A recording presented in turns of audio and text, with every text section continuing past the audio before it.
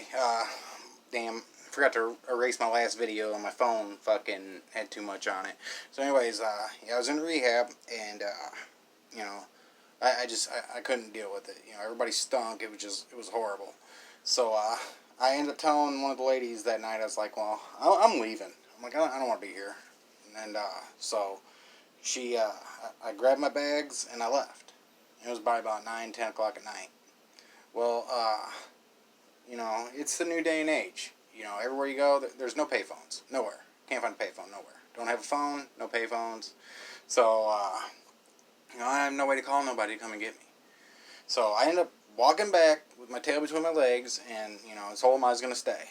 So I went to bed, and everything. I got up the next morning, went to group, and came back to my room, and I don't know, somebody must have, I don't know, shit their pants or something. It was just awful. So I was done. I was like, fuck this, I'm not staying. I'm like, fuck it, I don't care.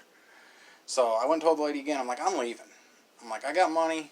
I'm like, you know, I'll figure out a way to get to the train station, and I'm going home. So they ended up saying, well, we'll give you a ride to the train station because we don't want you walking that far with all those bags.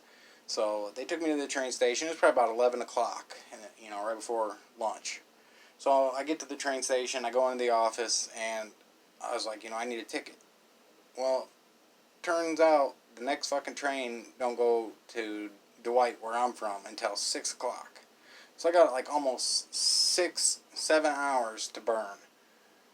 So, you know, I get my ticket, I go sit on one of the benches.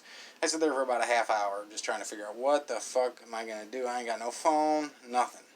And, you know, I mean, there's just a bench. So I grab my bags and I start walking. And I'm uptown and I see this old guy walking into a bar with a bunch of, like, 12 packs of beer and shit.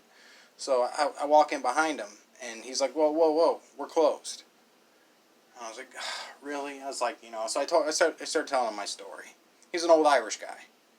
He's like, well, come on in. He's like, I'm just setting up for the night. He's like, I'll give you, you know, he's like, I'll let you drink a couple beers while I'm setting up. So, you know, I sat there and, you know, drank a few beers and just sat there and shot the shit with this old Irish dude. It was cool. I mean, he's a really cool old dude. So, you know, we're sitting there chilling and everything and talking, and, you know, like I said, he's a real nice guy. And next thing I know, this younger guy walks in, and find out it's his son and everything. So he's sitting there talking, and we're talking back and forth. Turn out he's a metalhead. So I start talking about metal and shit. We're talking about, like, you know, Jamie Josta's side band and Hatebreed and Lamb of God, all kinds of shit. And so I end up, hold on a second. So, you know, sitting there chatting with him and everything, and, you know, it was pretty cool. It was a pretty cool time, you know. So, I end up, you know, like doing a round around the bar and everything, looking around and everything, and, went to the bathroom, and I come back out, and, there's another guy sitting there next to the, you know, the son. So, I don't know, I continue to talk, you know, everybody's talking, having a good time, just, you know, it was a nice conversation we were all having. So I'm, like, up, and I start looking around, and I look over in the side area, and there's just these weird kind of seating, and I was like, I like this place, you know, for being in the middle of Joliet, you know, it's kind of got that small bar feel, and I was like, you know, it's like that small redneck bar kind of feel.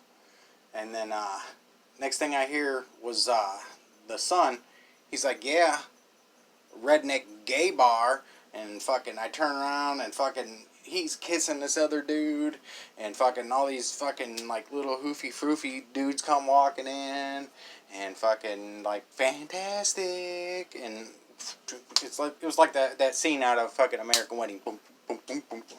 All the gay fucking shit starts flying around. I mean, I have nothing against gay people. I just didn't know where I was. So, fucking, turns out I was in a bar called Maneuvers. The whole time, you know, I'm thinking I'm just in this regular fucking little redneck hillbilly bar. And I'm in Uptown Joliet in Maneuvers gay bar. So, I mean, it was an interesting day. So I ended up they finished setting up for the night, and I left, and I went down to another bar a couple blocks down, had a few more beers, and then I went back to the bench, and I ended up like putting my bag on the end of the bench, put my feet up on it, and put my head down and just kind of laid on this bench. I passed out, and the next thing I know, a fucking cop wakes me up. He's like, "Hey, is this your train?" I look up, and my train. Got on the train, came home. So that was my little interesting story of me and rehab in a gay bar. So I did end up getting clean about a year later. So I don't know. All right, so let's back to this. See if it sat long enough.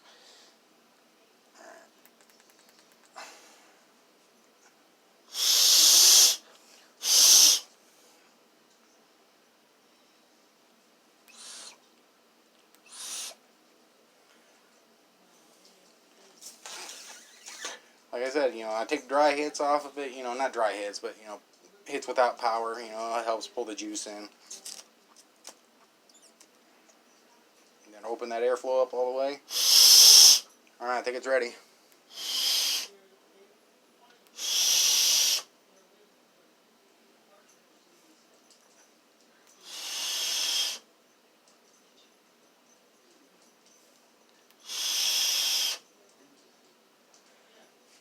And that, my friends, is how... Ooh, damn, that's some fucking strong shit. Whew.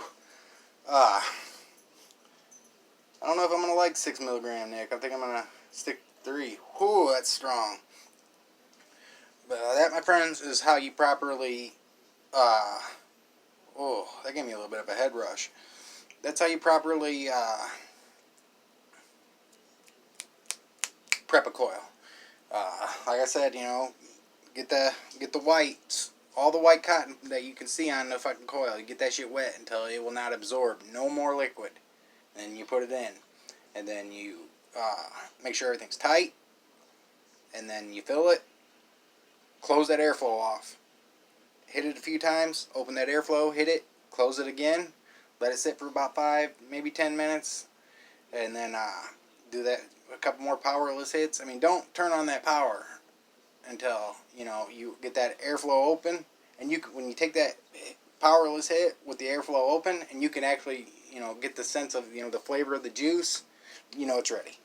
So that, my friends, is how you prep a coil. So I'm not hitting that again for my my finisher. All right, everybody. I hope everybody has a good day.